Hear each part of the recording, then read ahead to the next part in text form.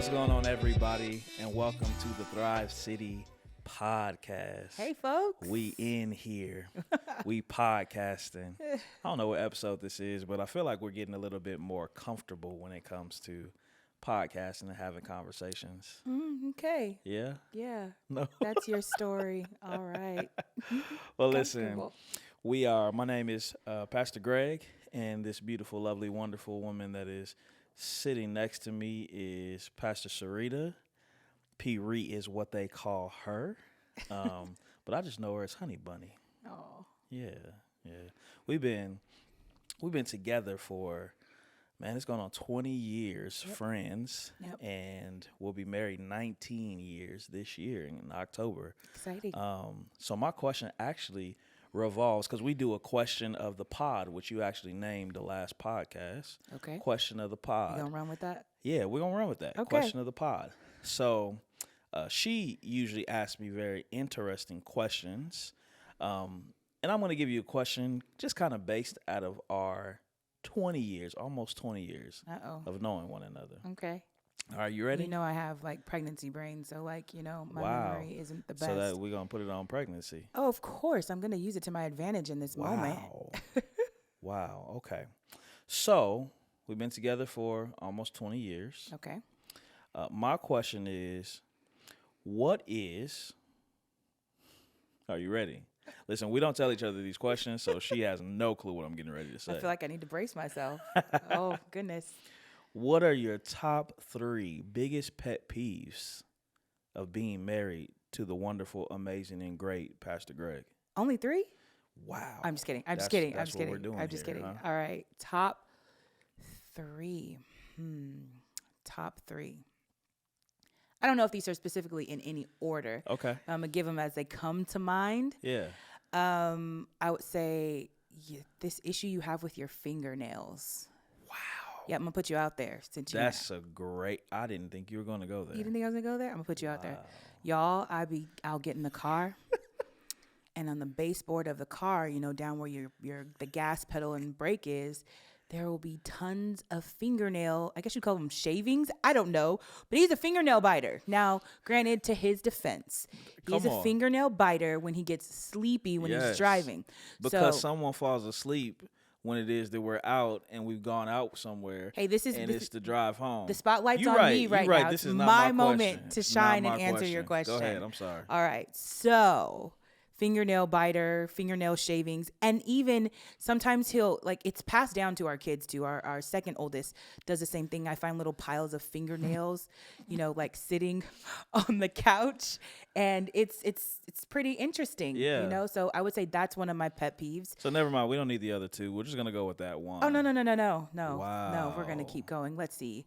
Another pet peeve. So okay, you asked the question, so you had to be prepared for the answers. So not only is he a snorer when he sleeps at night, which I do too, so I won't just put him out there. I snore sometimes too, but he smacks in his sleep, y'all, like he's eating food. Now, granted, it could be because I'm just that great of a cook, and he's dreaming about the various dishes that I've made for him. Or it's don't taste and see that the Lord is good. And I'm just, God is good. Definitely not that. You just smack in his sleep, and it's one of those things where I pick up the pillow and I'm like, oh, not you contemplated killing me. A little bit of aggression there, No, just hitting you with it, maybe knock the smack out of your mouth, or I don't know. The smack out of my mouth. That's great. All right, so you smack in your sleep. That's number 2. Number 3, pet peeve. Okay, this is a fun one. Okay. So some of you may know this, some of you may not. So he has been a worship leader, since he's been in ministry. He can sing very well, has an amazing voice. I always get the question of, does he serenade you all the time at home? So initially it started off as serenading, but now it's become a pet peeve. I enjoy singing as well. And so I'll find myself singing, I'll maybe in there cooking, cleaning the kitchen, whatever the case may be. And I'll be singing, and he will come in the most obnoxious way and interrupt the song. He'll interrupt my moment of worship, interrupt my moment of, singing to the Lord, and the Lord singing over me, and he'll begin to sing over me. I sing over you too. Yeah. I'm just, it's like God is your covering and I'm next. So he sings and I sing. So it's turned from serenading to, I can't think of a clever S word. Good. Pet peeve. All right. Well, I mean, those weren't too bad. Okay. Those weren't too bad. Okay. I appreciate those. So you guys know every time that we come onto a podcast, we always will do one of two things. We either talk about an update for, where we're at when it comes to Thrive City Church. You know, we never want to only give like the highlights. We also want to give like, man, like this was tough. Trying to do this was difficult, or this news was difficult. We want to give you like a sobering and realistic perspective of what it's like to be out here in this church plant world. And then we also do a vibe and a value. And listen, if you didn't get the opportunity to listen to the last podcast about trust being our target, it was a phenomenal conversation. And so I would encourage you to go back and listen to that podcast. Yeah. But today we're actually going to be doing a update podcast. So we were like, what can we talk about? And the thing that just jumped out at us both was we just had our first vision night not too long ago. So from the time of this recording, it's been about a week and a half since we've had our vision night, and we just kind of wanted to talk about what the vision night was like. Yeah. And so I just kind of want to start with you. Like, what was vision night like for you? So vision night in totality was amazing. It was a great experience. I think one of my favorite things, and I think this would be anyone's, especially in the church planting world, is to see the amount of support and love that we got from the community. Man, for real. Whether it be people who have been rocking with us for years or just some new faces that we've never seen before. It was great to have the support, the love, the knowing that we have people out there that are saying, we believe in what you're doing and we want to be a part of it. Yeah. That was top tier and just an amazing experience to have that. But it was just great to have the opportunity to be able to share what God has placed on our heart with those who have been following us, who have been waiting for something, right? Yeah. You know, on our website, it's like, church coming soon kind of thing. But this was an opportunity to actually have an event, to have people come along and see their faces and rub shoulders and hug necks and laugh and interact with those who believe in the vision of Thrive City. So it was a great experience. I enjoyed most every moment of it. There were some little nicks in the chain here and there, but nonetheless, it was a really awesome experience. Yeah, I could definitely like kind of attest to that too. It's one thing when you have been planning for such a long time, and I mean, planting a church has been on our heart for, man, so long. Like before we moved here. So we moved to Arizona 10 years ago, and we knew before then that God was calling us to plant a church. And so it's been years. Yeah. And just to see not the journey start, because anything that's actionable was imagined first. Yeah. And I think understanding that dynamic with creativity always happens in the mind first, and then it becomes actionable in the physical. And so to see it become actionable was like, wow. Like when we were ordering everything and getting all the Amazon boxes, we would look at each other like, hey, we're really doing this. This is really happening. It's for real. People have registered. So it was definitely a great experience to just kind of step into that moment. And like you said, the support from those who were interested in being a part to those who were just like, hey, we're just here to support you in any way that we can. It was really good just to see all the support that we had in the room that evening. So absolutely. Awesome experience. Great turnout. So just to kind of give and we're not like saying these things because we want like numbers are amazing and great. It's like, I believe every number is a person, is a name, is a family, is a son, is a daughter, is a soul. Mm-hmm. So numbers are important. There's a whole book in the Bible called Numbers. So for all the theologians out there that are like, numbers don't matter. Yeah, they do. When Peter preached the first sermon, it tells how many people were converted. Facts. So if the Bible is talking about how many people were converted, I think it's okay for us to say what the numbers were. Right. For all the people. But we had 129 people register. We had 86 people walk through the door, and we had about 35 to 40 people that committed to being on the launch team. And so, like, that's awesome. Yeah, progress for That is us. amazing. Yeah, we have to have some measurable goals, Yeah, right? And yeah, so that helped us to measure that what we're doing something right. yeah. We must be doing something Some right. right, yeah. Or God is doing it all right and we're sucking right now. He's just like grace, grace for the Well, we'll take the children. grace Look, too. I'll take it. But that was a great turnout. It was amazing just to see, like you said, just the vision starting to come to pass and rolling out. So I'm gonna be transparent, Okay. okay? Okay. So the day after the vision night, I woke up and I was like sad. And I remember I came to you. Well, Yeah. did I come to you or did you ask me? No, I think I was asking how you really felt about how it Oh, went. okay. I have to circle back around the next day and Yeah. get your real feels about it. So like when I woke up the next day, it's kind of like spiritual attack, where the enemy kind of took what happened, which was great, which was amazing. Like we've been sharing the story, and people are like, "Oh my goodness, that's awesome!" But when I woke up the next day, I didn't feel like it was awesome. I could pinpoint and highlight everything that went wrong during the vision night. And then also it was the feeling of, okay, we had 86 that were there. Only 35 of those 86 said that they would be with us. What didn't I do? What didn't I say well enough? And it's that chatter starts to happen where you start to make results about you. Yeah. And I think what the difficult part, and it's like this, but it still doesn't prevent the emotion that sometimes happens behind it. Yeah. Where it's like, I know that if I take credit for the amazing numbers, I'm also going to take credit for the bad ones. And if I take credit for the bad ones, I'll eventually take credit when it's going well instead of giving credit to God. Right. And so I know that, but when I woke up the next day, I was in a interesting place for like most of the day. And I had to like rejoice and I had to like thank God. And if there's something I can kind of give you as like a nugget to take away, because I think all of us experience that at one point, is that like something amazing happens, but we can always look at what didn't happen, and that almost overshadows the great and the good that did happen. Is I just actually just filled my heart and my lips with gratitude and thankfulness. Yeah. I spent the morning in prayer, just in thanksgiving. I didn't ask God for nothing. I just was like grateful. And as gratitude started to fill my lips, it started to go into my heart, and it started to change how I was showing up.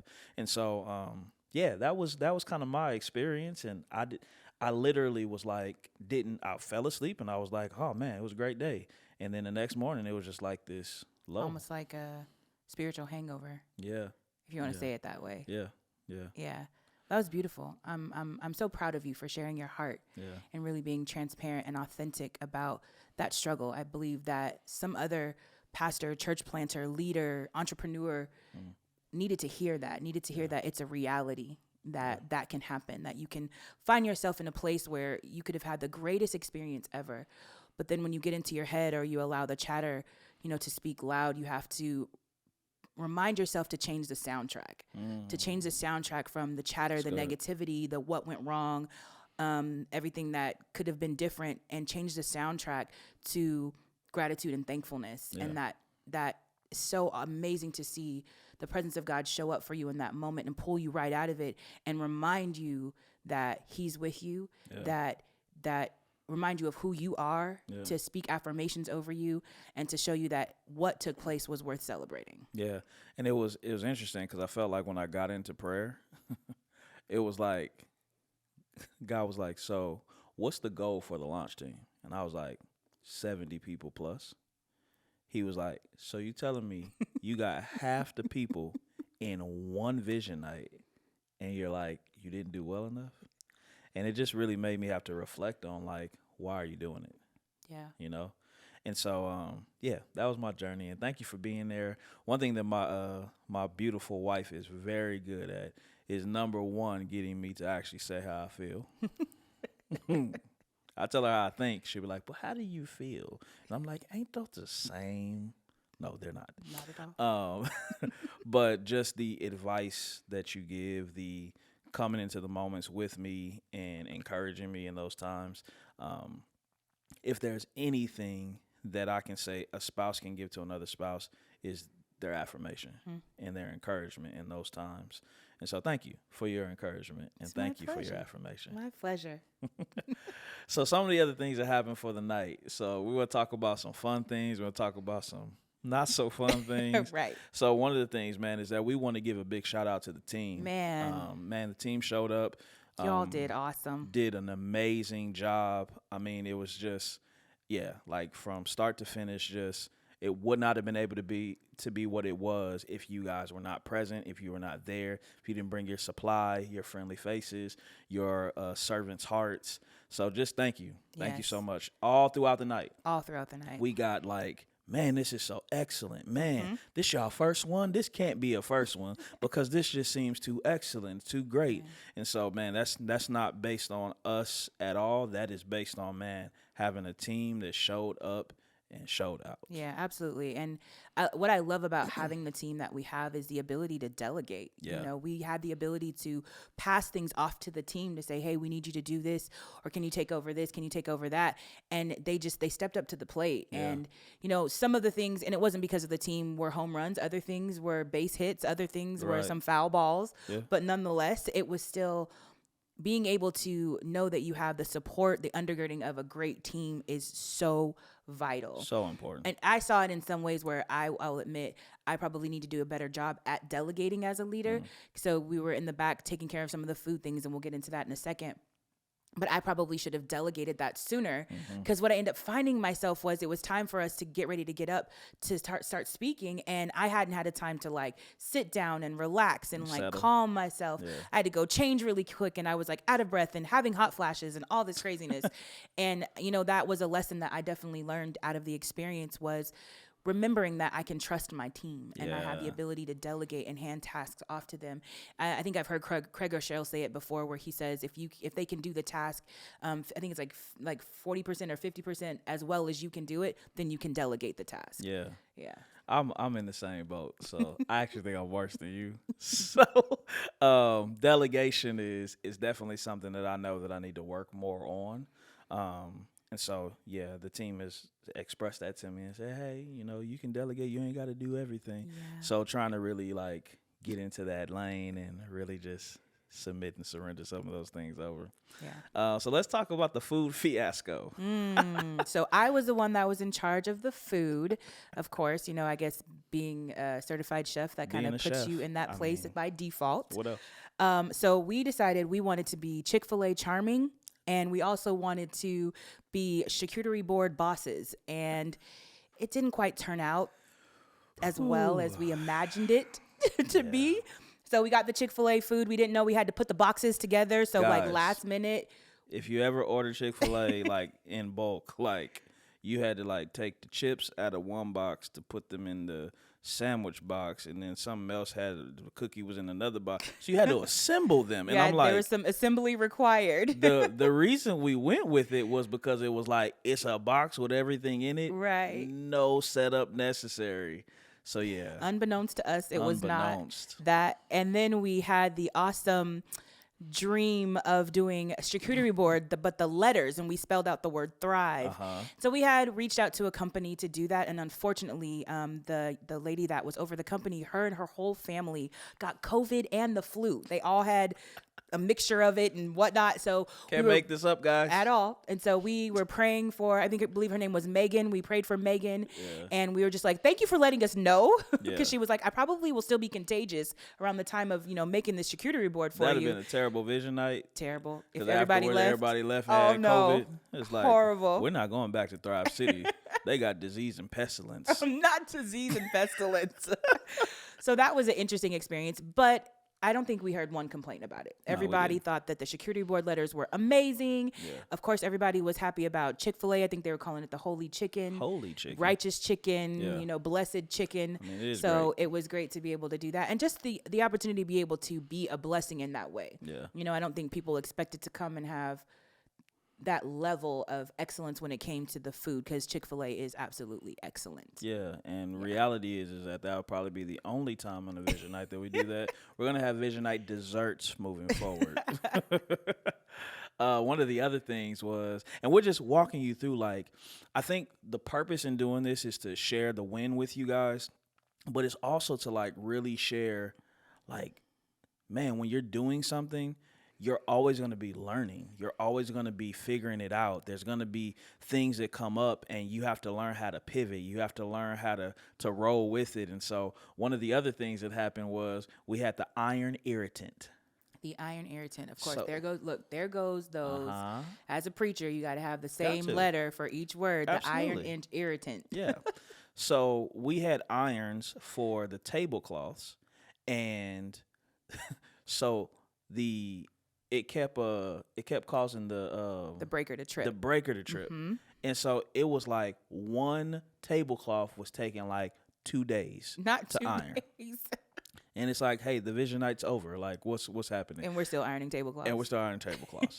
And so literally our team just would keep pushing the button to get it to come back on, letting it heat up, and continuing to do it. And we actually didn't even know it happened until like a couple of days ago. Yeah. So like the team didn't complain. They weren't like, oh my goodness, this is terrible, and what is this? No, they just did what they had to do. And so like that, I was actually appreciative to say, man, I didn't even know that happened. Yeah. Because they had such a great attitude about it happening. Absolutely. Lesson learned. Take your tablecloths and get them dry cleaned. Dry cleaned. So that they're pressed and everything and ready to go just to put on the tables. Yeah. Yes, Lord.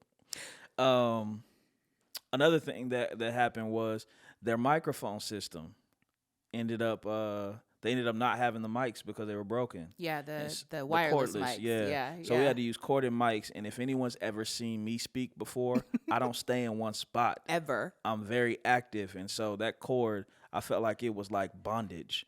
Like, there is no bondage. I had bondage in that moment. And so I had to like contain myself. And so, it worked out. It did. It worked out. I almost tripped over my mic though, because I had to like keep Hers stepping was over shorter the cord than and mine. all of that. Yeah, so But thank God we had mics. Thank God we had mics. Because that would have been a totally different experience. It would have been without a very different microphones. experience. Yeah. The other thing is that we debrief as a team, and so we actually have our debrief tomorrow, when this podcast is coming out, to go over. So we had a live note in the moment with the team that said, "Hey, any feedback that you see as it's going on, write it in this note that was shared amongst the team." And the reason we did that is because if you wait until afterwards to put your feedback down, you're going to forget things in the process. So we said, hey, in the moment, we have this live note, just put it in there, and then one of our team members is going to go in and filter it and put it in the right places and things of that nature. And so we had a lot of good feedback. And here's the thing about feedback. You can't, as a leader, you can't get defensive when feedback is given. It's like if you have a team and the team says like, hey, we think this maybe could have gone better if we went this approach. As a leader, you have to listen, you have to hear, you have to take it in, not get defensive, because the moment you become defensive in the feedback, you start shutting people's voices down. And we need their voices. That feedback is what's going to help us grow and do better the next time, because we are not able to see everything. You know, we need people who are able to see the blind spots, see the things that we don't see, have the different perspectives in the room and different vantage points to be able to see the experience from different ways and help us to cultivate a better experience. Yeah. I've heard that experience is the best teacher, but I don't necessarily think that that's absolutely true. Evaluated experience is the best teacher. That's good. And so we want to evaluate, how did this go? How can we do it better? How can we shorten our time with giving the vision to the people, where it's more concentrated? So every single time there's a new iteration of it that's getting better, more focused, and more palatable for the people that are coming. And so I'm looking forward to the debrief, because I know that there are going to be things that are amazing. They're going to take us to the next level. And I just hope that you do the same thing in your homes. You do the same thing in your marriages. You do the same thing with the teams you may lead, is that you have those times to debrief and say, hey, what's some feedback you can give? Yeah, we actually do this pretty often. Every week, we have a meeting as a husband and wife. It's called a husband and wife meeting, and we take the time to deal with some conflict, some offense resolution. We do affirmations. We pray together, and the reason we do this is because we're saying, hey, we need to debrief. We need to have feedback because we want to get better. And it helps strengthen our marriage. Absolutely. Yeah. That's so good. Yeah. That's a great correlation to make to that. Yeah. Nice. Good job. The other thing was the testimonies we heard. Yeah. What were some of the things that you heard personally?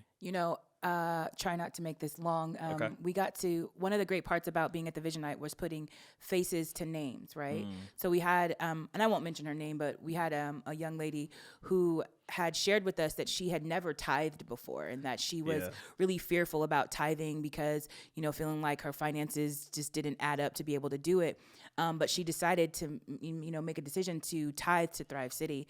And she had this amazing experience where she got this bonus that she wasn't supposed to get. She was the only one that got it. Yes, the only one that got the bonus. And it was more than what she was supposed to get and everything like that. So we got that testimony in text. It was something that was sent in a message to us. So we got the opportunity to actually meet her in person. And that was an awesome opportunity for me, just to be able to hug her, to be able to affirm her, to be able to celebrate the experience where she got to see God do exactly what the word said he does when it is that we give.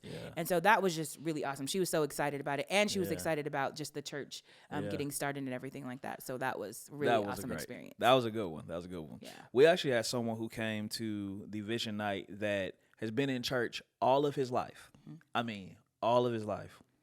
And he said, I've never actually been at a church where they took the time to sit down and break the vision down in detail.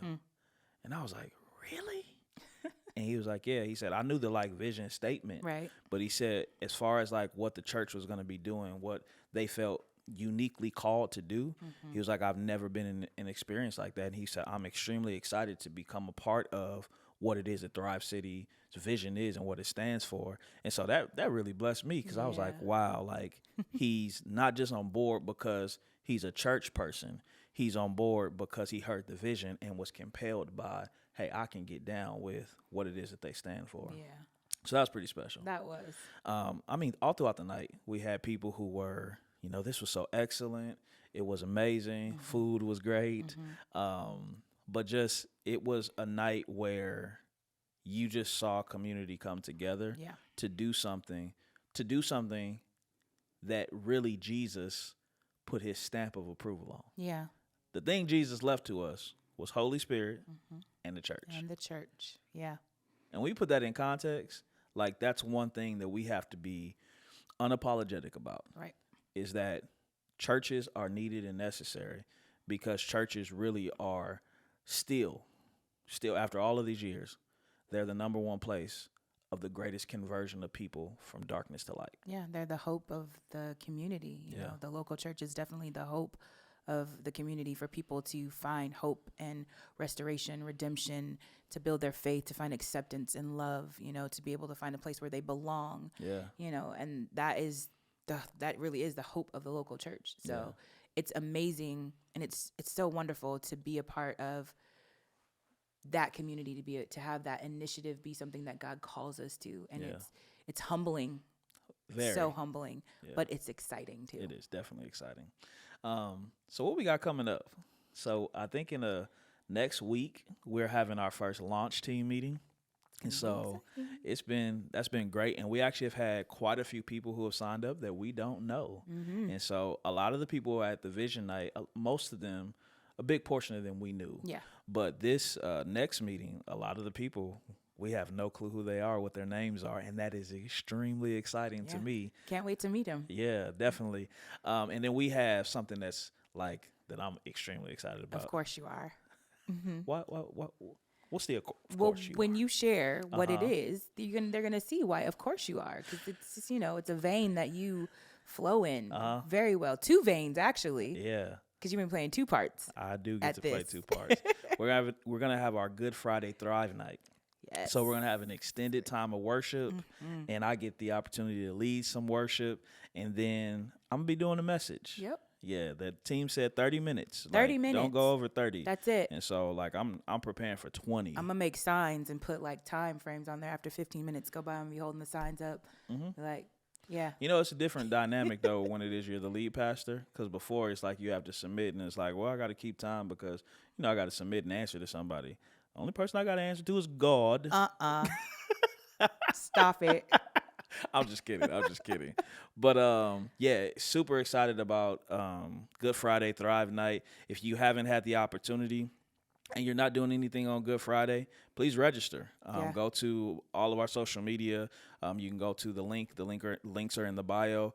And sign up for the Thrive Night. I promise you will not be disappointed. We got some special guests, a special guest. You told me so. A special guest that is coming, and it's going to be a great and amazing time that evening. It's going to be a great experience. We're looking forward to it. Yeah. I'm going to throw one at you, though. Okay. This just came to my mind. Okay. Is that, you know, one of the other things that I really enjoyed about Vision Night? What's that? Was we just recently got in contact with another church planner, and they are having their first interest party at the same place as us. Okay. And we were able to go out to lunch with them and actually tell them, these are the things that went well. These are the things we would have changed to make their interest party better than what it would have been. Yeah. We were able to pass on what we've learned. Yeah. And it's like, so you may be thinking, so they having their interest party at the same place as you? Yes. And we need more churches in the West Valley. And we're supporting them. We're giving them the cheat codes because we want them to do just as well, if not better than us, because we know when our hands stay open, man, that's the position for God to pour into us. And I really think that is the actual picture of excellence. Yeah. You know, when we talked in the podcast before about excellence, we defined it as extraordinary stewardship. And so when God puts something in our hands, we have a responsibility to steward it well. And stewarding it well is not just, you know, being the gatekeepers of it and keeping it to ourselves, but it's also being able to extend our experience, our wisdom, the tools that we had, the perspective that we had to help make something someone else is experiencing, especially if it's the same thing, just as excellent as we experience it. Yeah. So we want to be intentional about being extraordinary stewarders. Is that a word? I don't know. Stewards. We make That's words the word. up on Yeah, this we podcast. do. Extraordinary stewards of what God gives to us so that we can operate in excellence in the kingdom. Yeah, and we also want to give a shout out to Palm Valley Church. Yeah. They have been 100%. so amazing. And I feel like when it is that you keep your hands open, God makes connections for you as well. Yep. And so just their generosity, the blessing that they've been to us with our podcast and with just encouragement. And we've met with some of the pastors and just the amazing blessing that they have been at this juncture in time for us. Absolutely. So shout out to Palm Valley Thanks, guys. Church. And we love you guys. And we're so grateful. Anything else you wanted to share before we go? I don't think so. This was a great podcast. I enjoy giving y'all the updates so y'all know what's going on our journey. Pray for us. Please pray for us. Remember, there are 4 things that we're asking for you to pray for, just as a reminder.